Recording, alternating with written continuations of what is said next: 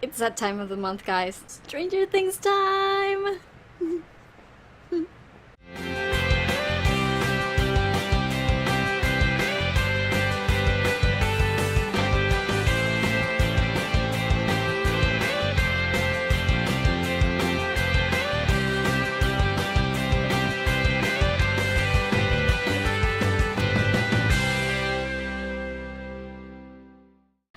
Hi everybody, Carla here, and as I said last week, this time I'm going to talk about Stranger Things because I am pretty much contractually obligated to talk about it at least once a month.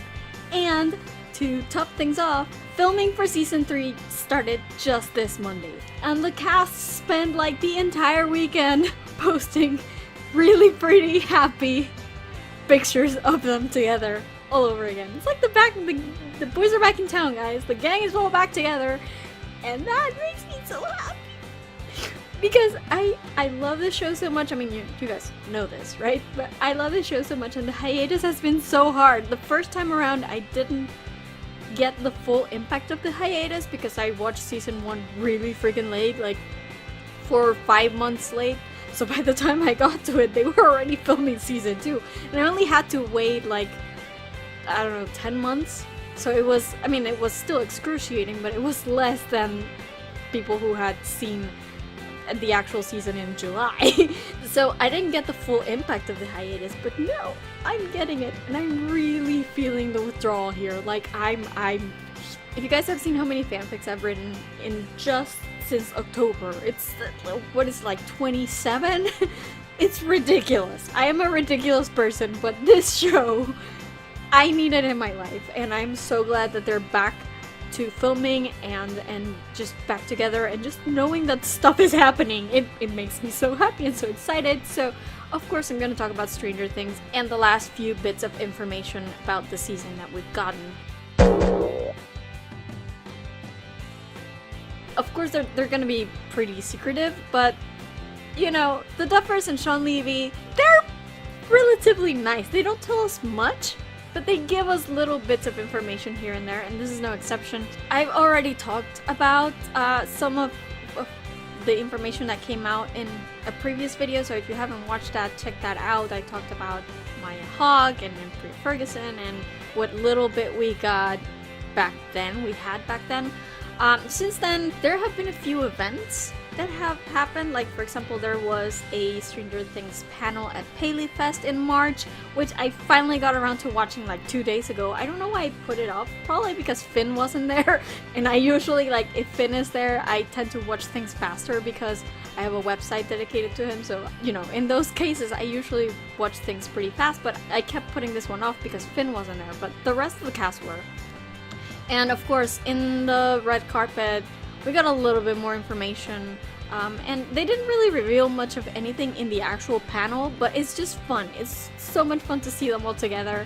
Sean Astin was there, as well as Paul Reiser, which was nice because they're like, people don't really think of them as part of the cast, you know what I mean? But they totally were in season 2, so it was nice to see them interact with other folks, and especially, like, for example, in the case of Sean Astin and Millie Bobby Brown, because they didn't get to interact at all, and they made a point of saying that in the panel, which was, I thought, was amazing, because yeah, they you know, Bob died on the episode that Eleven was coming back, so they didn't really get much of a chance to be in a scene together at all. And you know, Eleven didn't get many scenes with many people in this season, so that was nice to see. The cast is so great. I love this cast so much. They're adorable, and when they're together, you can see that they really respect each other. Harbor, as always, was like totally poetic about acting. Like, this guy is, I think he takes his craft really seriously, and you know, it's just so great to see people who take their jobs as seriously as they do. Talk about it, and you know what makes this job great for them. So it was, even though we didn't get as much information from the panel itself as I wish we would have, because they really didn't touch much on season 3 at all during the panel.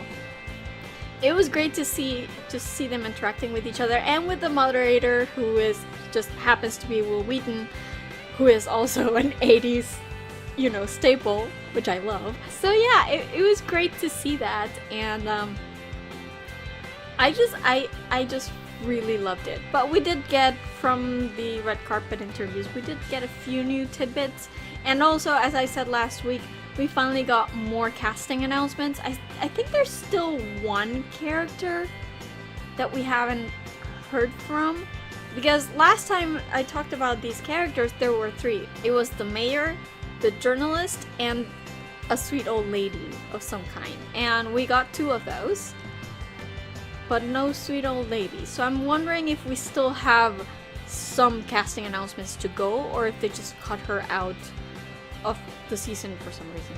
But as it stands, last week we got some announcements, which I'm really excited about, like, by the way. So I'm just gonna go through the new details that we have, including those casting announcements, and just talk about them and tell you what I think about each of them.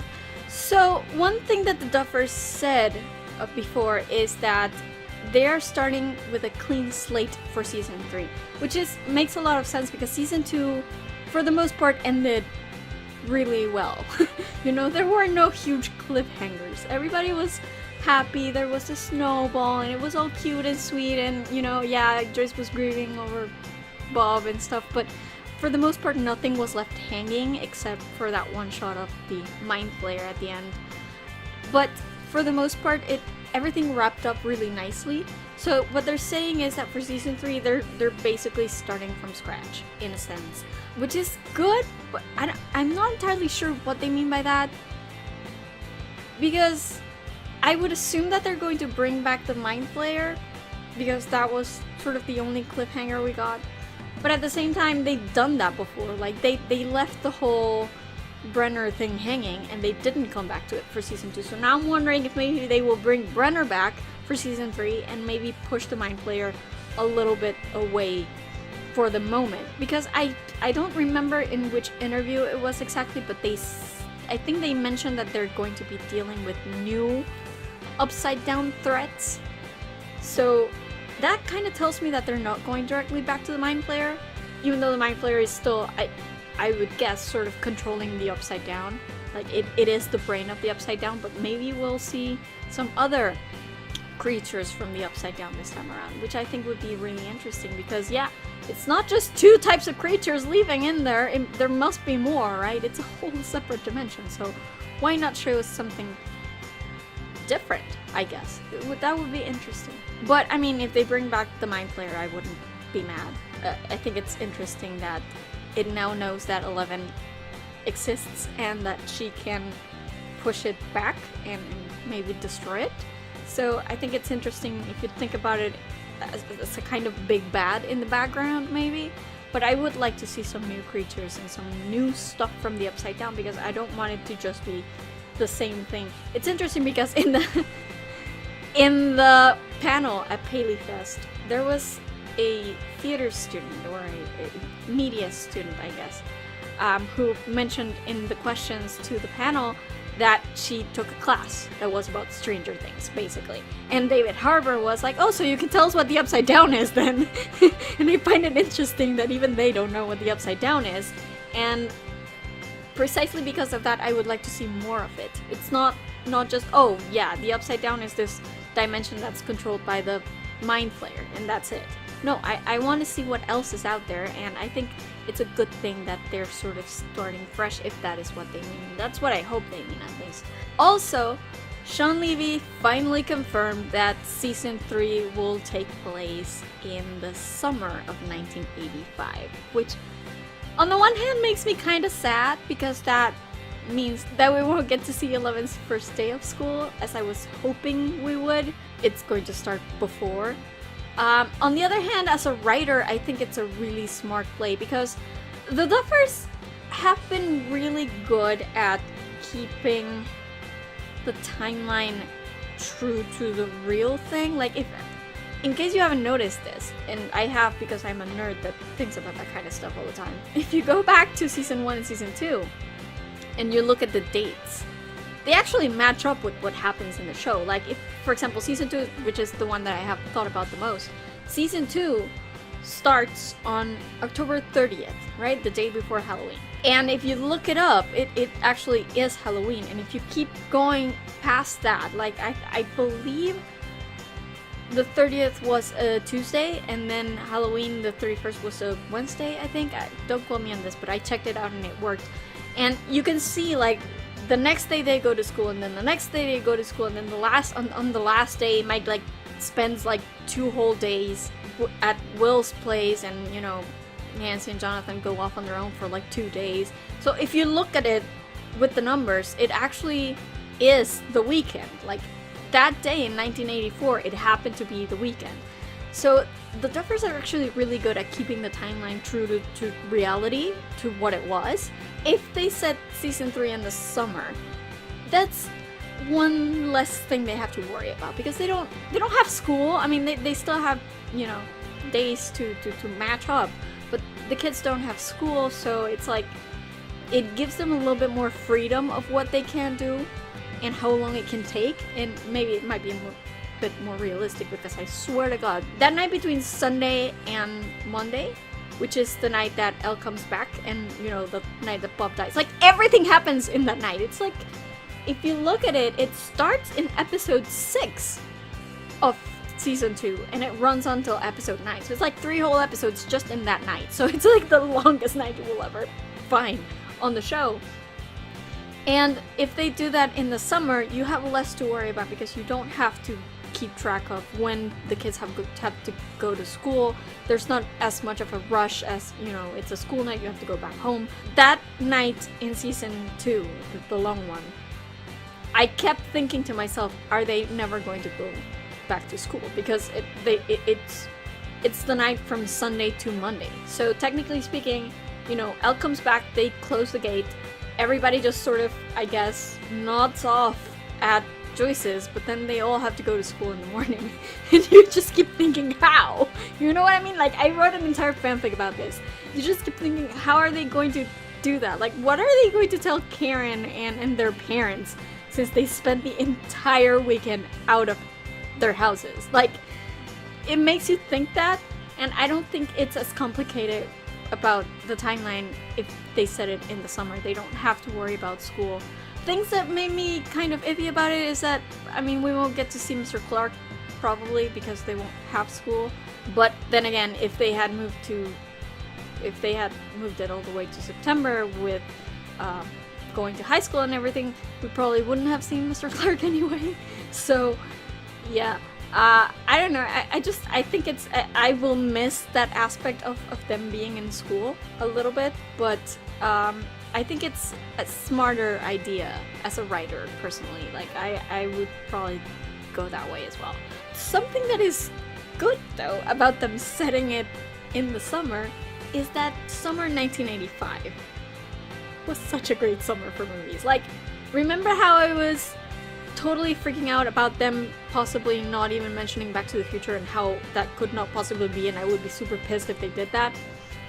Back to the Future premiered July 3rd, 1985. Which means if we get something around July, it's all going to be about Back to the Future, because let's face it, these kids are going to love this movie. Like, the boys, that they're going to be upset. Like, if in 1984 they were obsessed with Ghostbusters, that's gonna be Back to the Future this year. Like, that's it. They're all going to be talking about Back to the Future, and that makes me so happy, because I can totally see the Duffers knocking it out of the park when it comes to the references to the movie, and it's gonna be so fresh in their minds that I can only assume they're going to have a ton of references to Back to the Future. So that makes me happy. Also, The Goonies premiered a few weeks earlier than that, so it will be interesting to see if they actually mention Goonies at all, since it is kind of one of the main inspirations for the show. And Sean Astin was in there too, so it'll be fun to see. I'm excited. Like, I was really hoping that we could see 11 on her first day of classes, but, you know, summer works for me as well. I really like this idea. I'm so happy, and I just hope we get all the Back to the Future references. I need them. I need them in my life. Another thing that Sean Levy particularly mentioned is, and I talked about this before, he had mentioned that, yeah, Lucas and Max were going to be a thing, but maybe, like, you know, their middle school relationships, they don't necessarily mean it's true love forever and ever. They're kids. Relationships that age usually don't last long. So, you know, I was kind of ready for that. He did confirm that at the start of season 3, Lucas and Max are together, as are Mike and Eleven. Now, I'm all okay with Lucas and Max sort of, you know, breaking up and just staying friends. I'm okay with that because I do believe what he says, that, you know, couples at that age, they're not really, like, super solid. You know, they date for a few weeks and then they break up and it's like, oh, okay, we're back to being friends. Great. So I think I'm ready for that with Lucas and Max. I hope to God they don't dare break up Mike and Eleven. I would kill someone. Like, no, okay, let me clarify that. I'm okay with them having issues. I'm even okay with them breaking up so long as they don't leave us halfway through the breakup. Like, if you're gonna break them up, you better get them back together before the season ends. That's all I'm saying. Because, yes, the realist part of me, which is most of me, honestly, understands that middle school relationships aren't supposed to be a big deal. And appreciates that they're actually going in that direction. Because, yeah, it feels a little unrealistic to me that these kids are, like, totally in love and they're 13. You know, for me, for someone who thinks so highly of love, like, it's such a high bar for me, I wouldn't put Max and Lucas in the category of, like, love forever and ever and they'll get married and have kids or nothing like that. Like, I fully expect them to break up at some point. And if they do it well, I'm okay with that. You know, it's I like them, they're cute as a couple and everything, but they're kids. It happens. So I'm okay with that. I am not okay with them breaking up Mike and Eleven. I'm just not. Like, there's always an exception to the rule. And there have been a few exceptions, very few exceptions for me, because I usually don't ship couples that are that young. I don't, it feels weird to me precisely because of everything I just said. But there are exceptions. Like I've mentioned before, Cary and Topanga, they fell in love at 12. They, you know, got married eventually, like years later, and everybody thought, yes, that's great, and they're pretty much like relationship goals, right? They're one exception that I'm fully okay with embracing, because they had something special. And it's okay if once in a while there's a relationship like that. I don't believe that every teenage relationship is going to be like that, but sometimes it happens, right? So Cary and Topanga fall in love at 12 and then, you know they're each other's forever loves. I'm okay with that.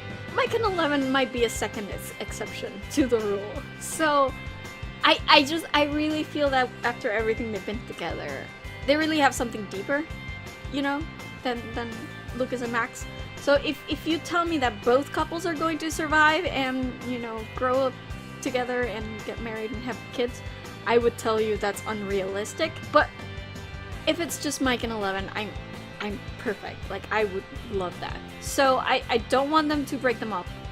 I don't mind if they have problems. Like, I don't mind if they fight. I don't mind if they break up at some point in the season. I want them to end up together. Like, I want them to be the type that, you know, grows up together and eventually gets married and have kids like Cary and Topanga. I want that for them. So, you know, if they break them up, fine. As long as they don't leave me hanging for an entire year or, you know, more than a year in this case. Like, don't make it a cliffhanger, okay? Just don't do that to us. I'm pretty sure the entire fandom would revolt if that were to happen. Like, it's fine if you break them up for a little bit, but get them back together before the end of the season, please. That's, like, I'm 95% sure that the Duffers aren't going to be that mean to us, and that they know where it's at, and that they know what the fandom wants. I'm, like, 95% sure, but just in case, please, Duffer Brothers, don't be that mean to us. If you're gonna break them up, at least get them back together before we have time to freak out about it. Please. Those two need to make it through. That's all I'm saying. That's all I'm saying, please. But, you know, it would be fun to just see them handle issues that kids that age go through, you know, because they're also dealing with all these adult things and crazy things that not even adults usually can handle on their own. But it would be cool to see them like dealing with relationships at their age. They write those kids so well that I'm very hopeful. You know, I don't really have any reason to doubt them. You know what I mean? So I'm pretty sure they know what the program is like for us fans, and they will not disappoint us in that sense. So that's good. So yeah, another thing that Sean Levy touched upon was the numbers. He did say that it probably won't be that we just see 11 and 8, that we will probably get more numbers. I don't know if they're planning on doing that this season, but I'm glad that they're thinking about it. I do think eventually we have to go there because the lab is closed. That's another thing that they mentioned, that the lab is closed. Like, closed. So if you're gonna go to another lab, it will have to be outside of Hawkins. And I would hope that that involves more numbers, because really that's kind of the human side of the show, you know, the human conspiracy side of the show. And, you know, there's at least 9 more out there. So let's try to, you know, do something with them. I'm just happy that they're thinking about it, and I guess we haven't really seen any casting to suggest that there might be more numbers, unless like Robin turns out to be in one or something. But I think it's interesting that they're thinking about it. I don't know if Kali will come back. That would be interesting. I have mixed feelings about Kali, but I think her powers are awesome. So I would love to see her come back. Honestly, that would be really cool. And, you know, she brings some diversity to the cast, so that's always good. So yeah, last time I mentioned the casting calls that they put out, and they had 3. It was Trisha Brown, the old lady that I mentioned, but also it was Mayor Klein, who's described as a sleazy 80s type politician, and Bruce, who is a journalist at the Hawkins Post, which, mind you, I find it interesting that there is a Hawkins Post, since they had to go and find Murray, like drive for hours in order to get to Murray. Like, what the heck is the Hawkins Post doing then? You know, that was funny, but yeah, they did already cast both those characters, which I was excited about last week. First, Jake Busey is going to play Bruce. So it'll be interesting to see. He's been described like as a misogynist. I wonder if that will have something to do with either Nancy or Robin. Like, if Robin is working at the Hawkins Post maybe, or if, I don't know. I keep wishing that Nancy will become a journalist, so why not give her like an internship at the Hawkins Post or something? That would be really cool. And you know, after all, she's like just about to start her senior year, so why not? But it will be interesting to see how they interact, like any of them interact with Bruce, who will be played by Jake Busey. The one that really made me happy though, the casting announcement that I was super excited about, is that Cary Elwes of Princess Bride and Robin Hood Men in Tights fame is going to play Mayor Klein, the sleazy politician. And I have heard people, let me just say, I love Cary Elwes. Like, you watch The Princess Bride, you try not to fall in love with that dude. He is so great. I love him so much. But I have seen a few people on Twitter refer to it as casting against type. Because, you know, he played Wesley in The Princess Bride, and he played Robin Hood in Men in Tights. So it's like he plays good guys, right? You guys need to watch him in Psych. Psych, aka the USA Network TV show, starring James Roday, about, you know, a fake psychic detective, which ran for like 8 seasons and a movie. It was one of my favorite shows of all time. I love that show to bits. I was so glad when the movie came out. Like, I felt like my show had come back. And I thought that was great. Cary Elwes played a, like, jet-setting art thief who steals stuff from rich people and never gets caught. Like, I mean, obviously at some point he gets caught because Psych is a detective show, so eventually he's gonna have to get caught.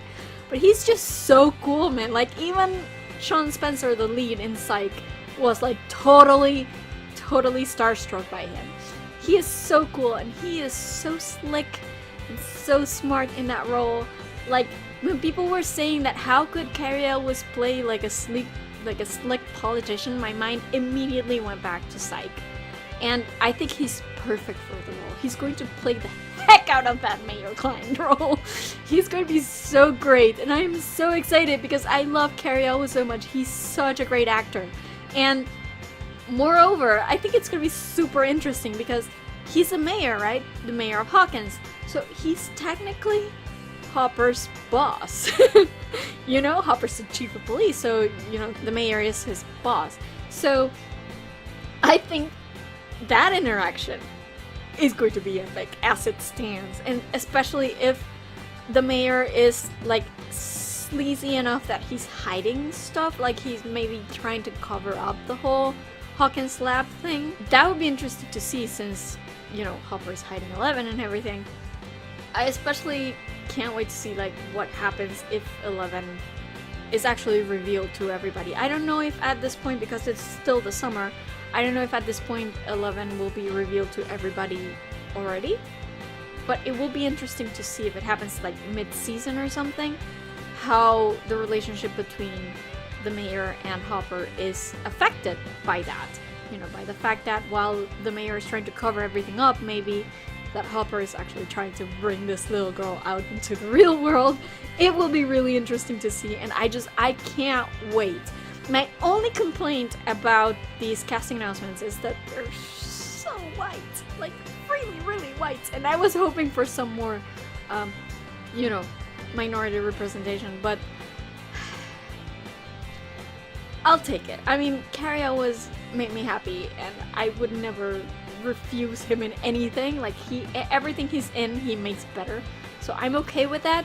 Maybe if they haven't cast Patricia Brown yet, maybe they'll take a chance on someone, on an actor of color. I can only hope, but I certainly hope they bring Callie back then, if that's the case. I mean, yeah, Lucas's little sister got promoted to a regular, so you have a little bit more melanin in there, I guess. But I still hope that they cast someone of color, maybe, if the Patricia Brown role is still open. Because, yeah, it's a lot of white casting. Sorry. Like, you get Maya Hawke and Cary Elwes and Jake Busey, and they're all, like, you know, white and blonde and blue-eyed, so maybe a little diversity here, Stranger Things. Come on, people have been complaining about this in season 1. Get on with it. That's my only complaint. But that said, I don't, you know, want to take anything away from the 2 casting announcements that they made. Cary Elwes made me super happy, so I'm in. So other stuff that I had already mentioned is we're gonna get more Dad Steve, or Mom Steve, or Babysitter Steve. People call him different ways. And we're also going to, like David Harbour was saying, that he hopes to see more of Hopper's relationship with 11, and, you know, he's now the father of a teenage girl, so everything that entails would be easy to see. And that he also does want to get some scenes with, you know, Joe Keery as Steve. I know that half the fandom has already jumped on board with the idea that Steve might become a deputy. If this is the summer and he just graduated or is about to graduate, maybe, I don't think he's going to be a deputy, at least not yet, maybe in the future. So I'm a little bit unwilling to jump into that bandwagon already, but I do want to see him interact more with Hopper, because I think, like, Steve is just like, let's go. Can't really think about it, can't really explain anything that's happened. I'm just in the middle of this and I'm gonna try to get it the hell out. While Hopper is more of a thinking type strategy guy, and it would be interesting to see how the two of them sort of interact, especially since I don't think Hopper necessarily would, like, find a lot of solace in Steve's ability to think. He does say, Harbour said, I would love to play scenes with him where Hopper is just completely ripping him apart and then he walks away and Steve just calls him a dipshit under his breath or something. It's interesting because, yeah, Hopper's not the smartest guy, but he's very strategic, and Steve just is not, you know? So that would be really cool to see. Another thing that made me really, really excited is that Matt Duffer said that we are definitely going to see the relationship between Max and Elle defrost, which is great, and it's actually another one of the reasons why I'm excited that they decided to go with the summer start date instead. Because if they had gone all the way to September or the fall with 11 and Max still not talking to each other, I would have found it a little bit unbelievable. Like, unrealistic, I guess. Like, they wouldn't wait a year to deal with that. Like, not see each other at all, and then sort of wait until the fall to fix their relationship. If it's the summer, I can see it a little bit more easily. Because, you know, they were in school, Max probably wasn't like visiting or anything. But now that they're out, you know, out of school and it's the summer and the kids are probably all hanging together, I can see them actually showing us how Max and Elle sort of fix their relationship, you know? That's more believable to me. Because I don't think they would have gone an entire summer without fixing things between them. So if they had come back in the fall and they had told me, oh, they're still not speaking to each other, I would be like, that's not realistic at all.